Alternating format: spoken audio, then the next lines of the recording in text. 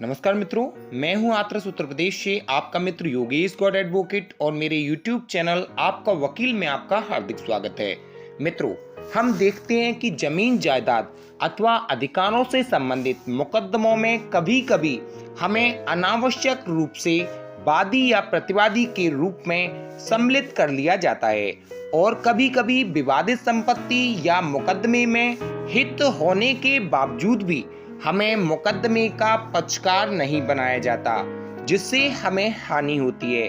तो आज की वीडियो में इसी बात पर चर्चा करेंगे कि हम किसी मुकदमे में कैसे पक्षकार बन सकते हैं या कैसे किसी मुकदमे से बाहर निकल सकते हैं। मित्रों, वीडियो स्टार्ट करने से पहले आपसे एक निवेदन करना चाहता हूं कि यदि आप कानून में रुचि रखते हैं या आप जूनियर अधिवक्ता हैं जो कानून की बारीकियों तथा व्यवहारिक ज्ञान को जानना चाहते हैं या आपका केस न्यायालय में चल रहा है, तो मेरे चैनल को अवश्य सब्सक्राइब कर लें, जिससे कि नए नए कानूनी टॉपिक्स पर आपको नई नई कानूनी जानकारियां प्राप्त हो सकें।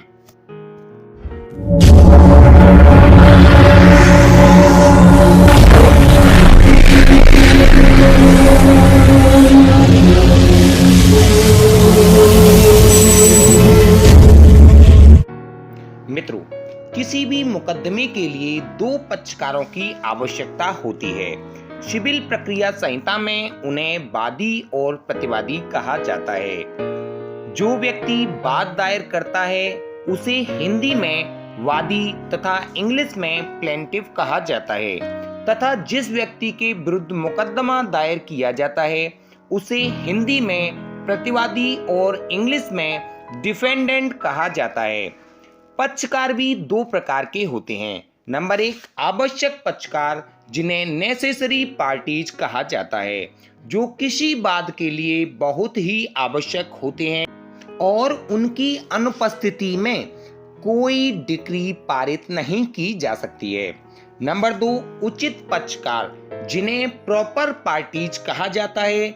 ये पक्षकार किसी प्रश्न के प्रभावी एवं पूर्ण निश्चय में न्यायालय की सहायता करते हैं। हालांकि उचित पक्षकार का होना किसी वाद में अति आवश्यक नहीं होता है। अब बात करते हैं कि किन किन व्यक्तियों को एक वाद में संयुक्त रूप से वादी या प्रतिवादी बनाया जा सकता है। नंबर 1, जब किसी कार्य व्यवहार से एक से अधिक व्यक्तियों को समान रूप से क्षति कारित की जाती है तो वे सब व्यक्ति अलग अलग अपना अपना वाद दायर कर सकते हैं या संयुक्त रूप से एक वाद दायर कर सकते हैं। अब इसे उदाहरण के माध्यम से समझते हैं।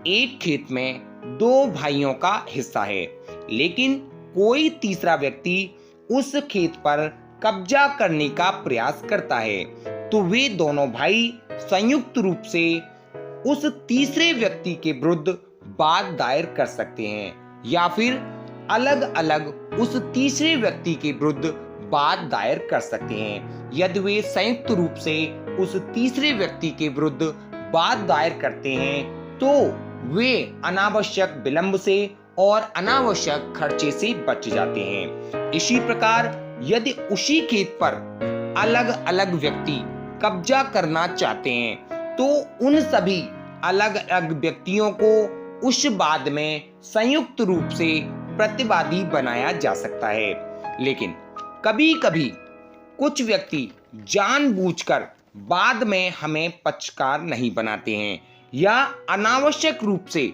हमें व्यर्थ में परेशान करने की नीयत से वाद में प्रतिवादी अथवा पक्षकार बना देते हैं। तो ऐसी कंडीशन में सिविल प्रक्रिया संहिता का आदेश 1 नियम 10 हमें इस समस्या से उपचार प्रदान करता है। जब हमें इस प्रकार की जानकारी होती है या फिर हमें न्यायालय से कोई सूचना प्राप्त होती है तो हम न्यायालय में उस वाद में उपस्थित होकर अपने को पक्षकार बनाए जाने या अपने को उक्त वाद से हटाए जाने हेतु अपने वकील साहब के माध्यम से सीपीसी के आदेश एक नियम 10 के तहत आवेदन कर सकते हैं। यदि न्यायालय हमारी बात से संतुष्ट हो जाता है तो हमें पक्षकार बनाए जाने या उक्त वाद से हमें हटाए जाने का आदेश दे सकता है।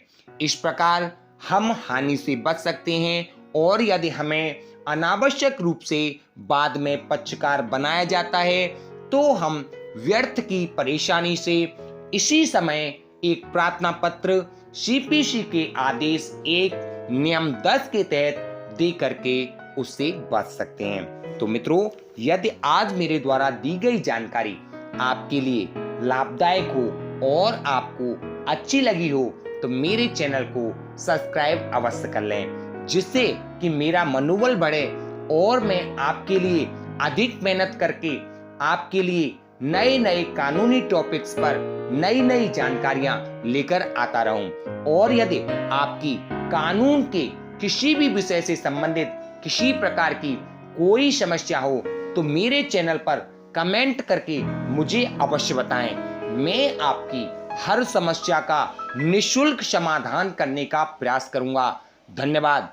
योगेश कुमार गौड़, एडवोकेट, जिला एवं सत्र न्यायालय, हाथरस, उत्तर प्रदेश।